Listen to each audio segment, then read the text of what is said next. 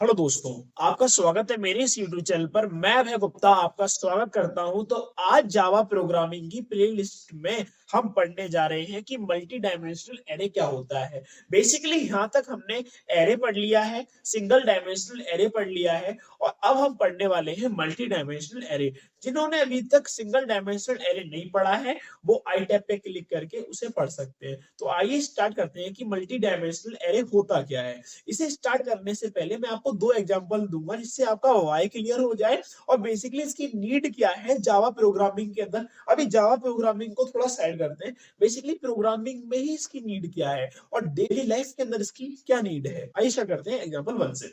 तो पहला एग्जांपल इस तरह है, जैसे कि आपने देखा होगा कि आपके घर पे टिफिन आता था, तो वो प्लास्टिक का टिफिन होता था। बेसिकली वो कंटेनर होता था प्लास्टिक का और उसके अंदर काफी सारे टिफिन के बॉक्सेस होते थे छोटे छोटे। तो उसके अंदर एक टिफिन, दूसरा टिफिन, तीसरा टिफिन। तो कहीं ना कहीं जो बड़ा वाला टिफिन होता था उसके अंदर काफी सारे टिफिन होते थे, तो उसकी रेफरेंस मान सकते हैं कि छोटा टिफिन उसके अंदर, उसकी रेफरेंस का उससे छोटा, उसकी रेफरेंस का उससे छोटा, मतलब मैक्सिमम जो बड़ा होता था वो तो बड़ा होता था, जो बॉक्स होता था उसकी बॉडी बड़ी हो गई, उसके अंदर छोटे छोटे पार्ट्स के हमने क्या बन रखे हैं, रेफरेंस टैग। मतलब बेसिकली हमने उसके अंदर छोटे छोटे कंटेनर बन रखे हैं जो स्टोर कर रहे हैं पूरे चीज को, मतलब मल्टीपल टाइप को, मल्टीपल लेवल, जैसे मल्टीपल लेवल हो गए, मल्टीपल टाइप को स्टोर कर रहा है एक ही चीज में। उसी के अंदर काफी चीजें अलग अलग तरीके की भी है, जैसे कि टिफिन तो एक अलग बॉडी होगी जो हमें बता रहा है कि इसके अंदर टिफिन है और इसके अंदर बेसिकली जिससे हम रिक्वायर करते हैं वो खाना रखते हैं और साथ में, और उसके अंदर क्या क्या हो सकता है वो हम देख के नहीं बता सकते। जनरली हम नहीं बता सकते जब तक हमें पता ना हो कि उसके अंदर क्या रखा हुआ है। आइडेंटिफाई करने के लिए भी हमारे पास वो ट्रांसपेरेंसी वाला गिलास नहीं कि हम उसे देख सके कि क्या है इनसाइड द टिफिन, तो उसे पता करने के लिए हमें खोल के देखना पड़ता है। तो बेसिकली जिसने टिफिन बनाया उसे तो इजी इजी टू एक्सेस होगा। और मान लो कि टिफिन के ऊपर ही हम लिख दें इसके अंदर पहला वाला बॉक्स है उसके अंदर ये है, दूसरे के अंदर ये है, तीसरे के अंदर ये है, चौथे के अंदर ये है, पांचवे के अंदर ये है। बेसिकली एग्जाम्पल समझते हुए हम समझ सकते हैं कि एक रशियन डॉल आती है। तो रशियन डॉल क्या होती है भैया? Russian doll one type of toy है जिसके अंदर वुडन डॉल बनी होती है और उस डॉल के अंदर चैम्बर्स होते हैं। पहली डॉल उससे छोटी, मतलब बच्चों के खेलने वाले जैसे आइटम हो गया। तो एक रशियन डॉल भी आप समझ सकते हो, पहले के रेफरेंस से दूसरी, उससे तीसरी, उससे चौथी, उससे पांचवी, मैक्सिमम जितनी भी उसके अंदर रिक्वायरमेंट्स है। अब इसे थोड़ा साइड करते हैं, अब दूसरा एग्जांपल समझते हैं। जैसे आप स्कूल के मानते हैं कि आप स्कूल के प्रिंसिपल हैं और उस स्कूल को आप चला रहे हैं। तो आपको क्या हुआ, एक दिन रिक्वायरमेंट हुई कि एक पार्टिकुलर क्लास के अंदर कितने बच्चे पढ़ रहे हैं और कितने बच्चे नहीं पढ़ रहे, ये आपको जानना है। तो आपने डिसाइड किया कि मैं सारे बच्चों के नंबर्स लिखूंगा और नाम के सहित। तो एक तरीका ऐसा हो सकता है कि आप ऐसा करने वाले हैं कि आप एक सीट लेंगे, एक पार्टिकुलर पर्सन, उसका नाम लिखेंगे, उसका रोल नंबर लिखेंगे और उसके नंबर लिखेंगे। तो ऐसे करते करते हमारे पास 70 पेज हो जाएंगे। मान लिया कि आपकी एक स्ट्रेंथ है क्लास के अंदर वो 70 बच्चों की है, तो आपके पास जो पेजेस, नंबर ऑफ पेजेस हो जाएंगे वो 70 हो जाएंगे। तो आपके पास कॉम्प्लेक्सिटी बढ़ जाएगी, मतलब आपका स्पेस ज्यादा लगेगा और आपकी कॉस्ट भी बढ़ जाएगी। कॉस्ट तो बढ़ेगी ना, आप 70 पेज यूज कर रहे हैं। तो इसके अलावा भी कोई चीज हो सकती है क्या? हाँ, एब्सोल्युटली। वहां पे एक मैजिकल टूल आता है, उस मैजिकल टूल का नाम हमने रखा है मल्टी डायमेंशनल एरे। अच्छा, ये हम कैसे यूज कर सकते हैं, आइए मैं आपको समझाता हूँ। जैसे आप एक काम कीजिए, मल्टी डायमेंशनल, तो आपको डायमेंशनल का मतलब भी समझ में ना होना चाहिए। बेसिकली हम one dimensional, two dimensional, three dimensional पढ़ चुके हैं अपनी प्रीवियस क्लासेस में। हम जब 10th 12th में थे या 7th 8th में ही पढ़ लेता है डायमेंशंस क्या होती है। तो आपको मैं रिकैप दे दूंगा, पहले आप इस एग्जांपल कंटिन्यू करते हैं। तो कैसे?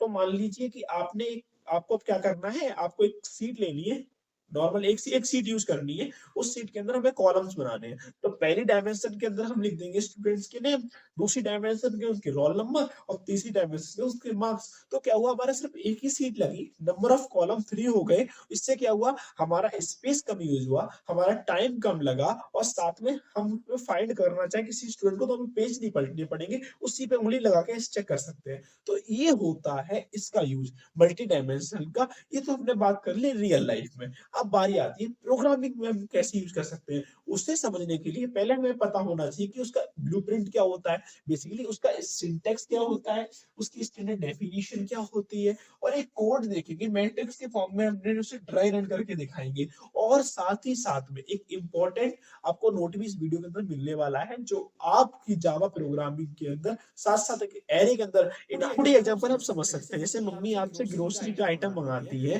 तो आपसे बोलती है कि बच्चे लिस्ट बना लो, तो आप एक पेज फाड़ते हैं, स्केल से 2 कॉलम करते हैं। एक कॉलम में आप लिखते हैं कि कौन-कौन से सामान लाने हैं, जो मम्मी आपको बताने वाली डिक्टेशन टाइप की हो जाती है, और साइड में आपसे मम्मी आपको बताती है कि कितनी क्वांटिटी लानी है। तो एक तरफ आ गई हमारी क्या क्वांटिटी आनी है, और एक तरफ हमारा हो गया कि क्या-क्या आइटम आना है। तो ये 2D हो गया। इसमें 2 कॉलम यूज़ किए, 2 डायमेंशंस यूज़ की है। अच्छा, भई 3 डायमेंशन यूज़ की थी तो प्रिंसिपल वाले एग्जाम्पल वो 3D टाइप का हो गया। हाँ, बेसिकली आप बोल सकते हैं कि नंबर ऑफ डायमेंशंस हमने कितनी यूज़ की। अच्छा, अब बात करते हैं कि 3 डायमेंशन क्या होता है? तो 3 डायमेंशन को एक तरीके से और समझ सकते हैं आप।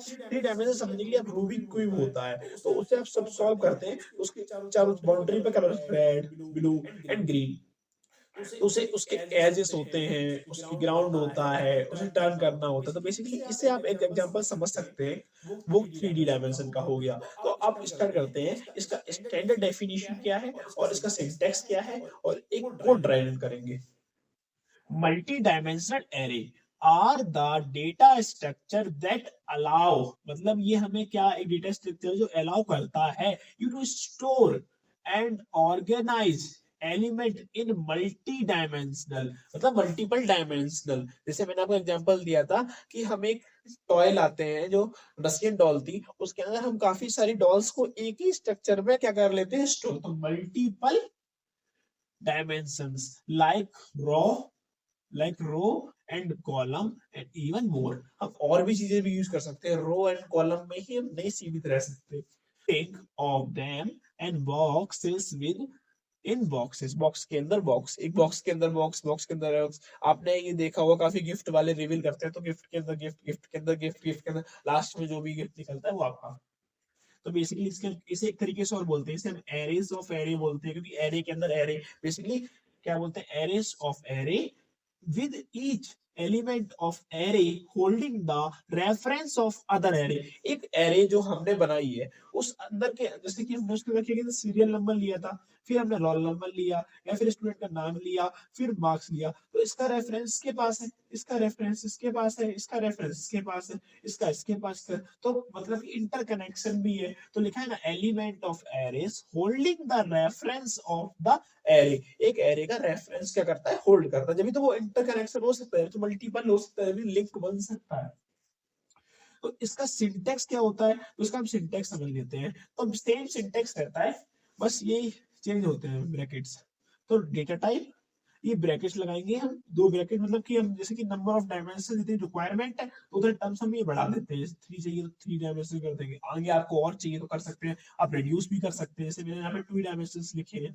तो array, array and variable name, मतलब एरेज वेर मतलब वेरिएबल नेम, बेसिकली इंडिकेट कर रहा है इसके अंदर वेरिएबल नेम, इसके अंदर डेटा टाइप, इसके नंबर ऑफ डायमेंशंस। तो इसे हम एक तरीके से और लिख सकते हैं, वो तरीका ये एरे टाइप, मतलब वो डेटा टाइप क्या आएगा, टाइप क्या है, एरे टाइप मतलब बेसिकली इंट हो सकता है, फ्लोट हो सकता है, कौन सा हो सकता है, वेरी एंड ये बॉक्स में जैसे होता है रिप्रेजेंट नंबर ऑफ डायमेंशंस। तो अब आइए स्टार्ट करते हैं कि क्या होता है, इसका ड्राई रन कोड रन करके देख लेते हैं। तो उससे पहले मैं बोलता हूँ, the size of an array must be specified an integer by an integer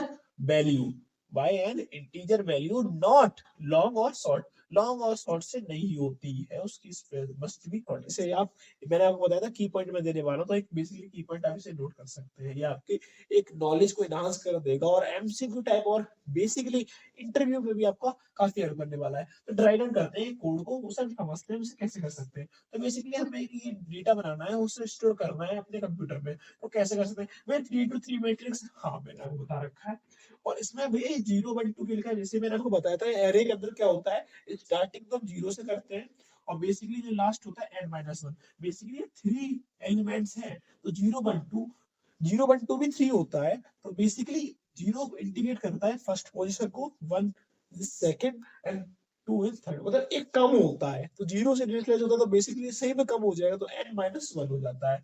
length -1 कर सकते हो, n बेसिकली मैं यूज कर रहा हूँ लेंथ को उलट करके। तो हमने इसके अंदर 0 0 पे पोजीशन कौन सी है, 0 0 पे पोजीशन 4 एंड 2 एंड 3 एंड 0 1 पे 2, 0 2 पे 3, 1 0 पे 3, 1 1 पे 2, 1 2 पे 4, 1 2 0 पे 3, 2 1 पे 3, 2 2 पे 4।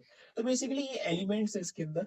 भैया ये दो बार क्यों लिखा है, बेसिकली ये इंडिकेट कर रहा है आई को और ये इंडिकेट कर रहा है जे को, वाइस वर्सा भी कर सकते हैं, डिस्टेंस से कर सकते हैं। तो ये आई जी आपको एक फॉर लूप आपको आ रहा होगा कि दो फॉर लूप लग रही है आई और जे से, जिससे मैंने आपको डबल आई करके कंसेप्ट बताया था। हाँ बेसिकली वही है, आप प्ले लिस्ट में जाके फॉर लूप को पढ़ सकते हैं दोबारा, आपको नई कंसेप्ट क्लियर है तो एक एक हमने एग्जांपल लिखा, इंपोर्ट आईओ एंड स्टार लिख class multi example, multi example मतलब शॉर्ट फॉर्म लिख लिया मल्टीप्लायर का, एंड पब्लिक स्टैटिक वॉइड में, इससे फैमिलियर है, इससे फैमिलियर है। अब आते हैं ये सेम उसका सिंटैक्स हो गया, इसके अंदर हम लिखते हैं इंटीजर। हमें बेसिकली इसका पहले तो हमें फाइंड करना है कि हमें ऐसी वैल्यू स्टोर करने के लिए हमें क्या रिक्वायरमेंट है, तो हमने इंटीजर दो ब्रैकेट्स लगाए, 2D में चाहिए था, और इसका वेरिएबल नेम हमने arg लिख लिया, इक्वल टू न्यू लिखा, इंट लिखा, 3 into 3 यहाँ पे हमने दिया कितनी रिक्वायरमेंट है, हमने इसे पहले ही इनिशियलाइज कर दिया। भैया हम ऐसा कर सकते हैं कि हम पहले से वैल्यू ना दें, हम अपने हिसाब से करना चाहें, हाँ बेसिकली आप कर सकते हैं। उसके लिए आपको इंट arg लिखना होगा, ये सेम रहेगा इंट arg, ये आगे पीछे कर दिया गया, आप ऐसे भी लिख सकते हैं, ऐसे भी लिख सकते हैं, दोनों ही वैलिड है अपने अपने केस में। और साथ में इसके अंदर हमें एक करली ब्रैकेट्स लगाने पड़ेंगे, और उसके करली ब्रैकेट उसके बाद अंदर एक फॉर्म जो जनरेट करेगा, दूसरी एंड तीसरी, जैसे तीन ही कॉलम है तो तीनों को जनरेट करा दें, 1 2 एंड 3। और उसके बाद क्लोज करेंगे तो एक लास्ट में ब्रैकेट लगाना पड़ेगा और सभी कॉलम से क्लोज।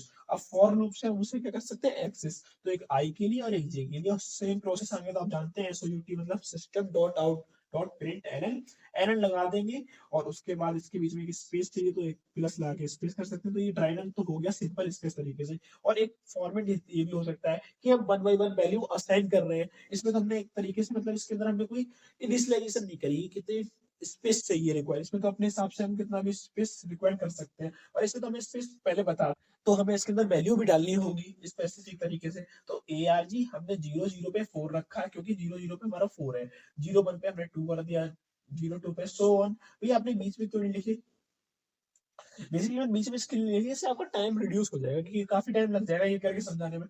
तो सब बेसिकली आपको अंडरस्टैंडिंग यही हो गई होगी पहले पॉइंट से, तो यहाँ तक क्यों जाना है। तो जैसे कि 2 0 पे हमने 7 लिख दिया, 2 1 पे 8 लिख दिया, 2 2 पे हमने 9 लिख दिया, बेसिकली वैल्यू इससे नहीं मैच कर रही होगी, हम अलग वैल्यू यूज कर सकते हैं। मैंने आपको ट्राई करके दिखाया, एग्जांपल ये दिया है, तो ये भी एक एग्जांपल आप कर सकते हैं। और लास्ट में लूप क्लोज, और लास्ट में अपना जो अल्टीमेट आपको जो रिजल्ट आने वाला है, बेसिकली इसी फॉर्मेट में दिखने वाला है।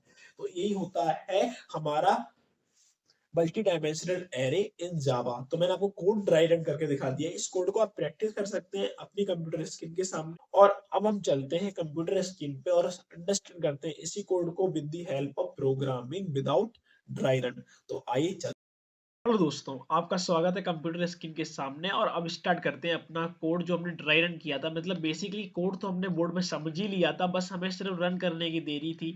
तो इस पे मैं एक बार आपको समझा देता हूँ।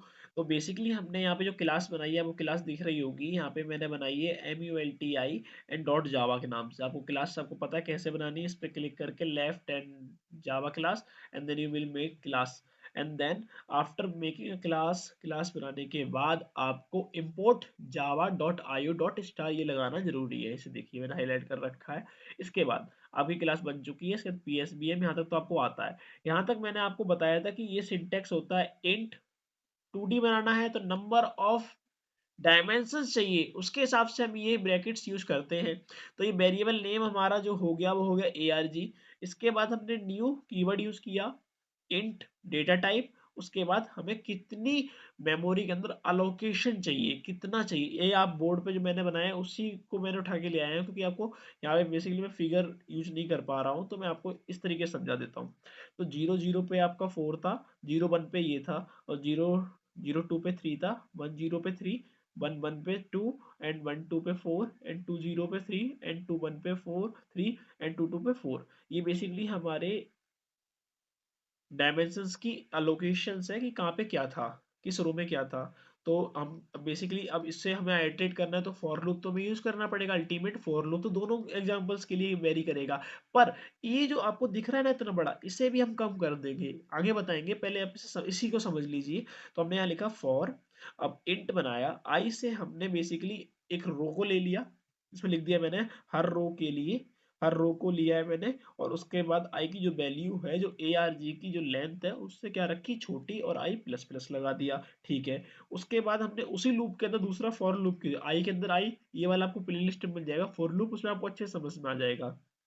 नहीं पता है तो अब हर कॉलम के लिए, तो उसके लिए हम क्या करेंगे कि जो ए आर जी जो आई है, उस डॉट उसकी जो लेंथ है, हम बेसिकली उसकी लेंथ को, इससे क्या होगा कि जो हमारा पार्टिकुलर जो कॉलम होगा उसकी वैल्यू क्या करेगा, पूरे कॉलम उठा के ले आएगा। तो यहाँ पे जे प्लस प्लस मतलब कि इंक्रीमेंट करेगा, और यहाँ पे आई प्लस प्लस से इंक्रीमेंट करेगा। और बेसिकली हर एलिमेंट को प्रिंट कराने के लिए हम system dot out print L L नहीं लगाएंगे, यहाँ पे प्रिंट लिखते हैं, हम ध्यान रखना प्रिंट लिख रहे हैं।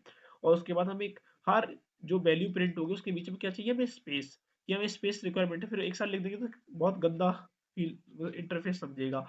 इस system dot print dot island ये लगाने के बाद आपको एक लूप के बाहर, देखो मैं लूप के बाहर आ चुका हूँ, ये देखो लूप के बाहर है, मैं लूप के बाहर खड़ा हूँ, ये बंद हो रहा है तो लूप के बाहर खड़ा हूँ। बेसिकली मैं इस लूप के अंदर हूँ, जो पहला वाला फॉर लूप है इसके अंदर आपको लिखना है system dot out dot print l n. इसकी भी आपको मैं इंपॉर्टेंस प्रीवियस वीडियो में बता चुका हूँ, पर आपको मैं रिपीट करता हूँ, हर कॉलम के बाद एक नया लाइन शुरू करो, मतलब हर एक कॉलम के बाद नई लाइन शुरू करो, हम ये कमांड देते हैं। आइए से रन करके देखते हैं क्या होता है इसका प्रोग्राम। देखिए हमारा कोड रन हो चुका है। बेसिकली हमें यही चाहिए था, जो हमारा आउटपुट चाहिए था वो यही था, 4 2 3 एंड 3 2 4 एंड 3 3 4। यही हमारा जो मैंने बोर्ड पे दिखाया था सेम टू सेम आ गया है।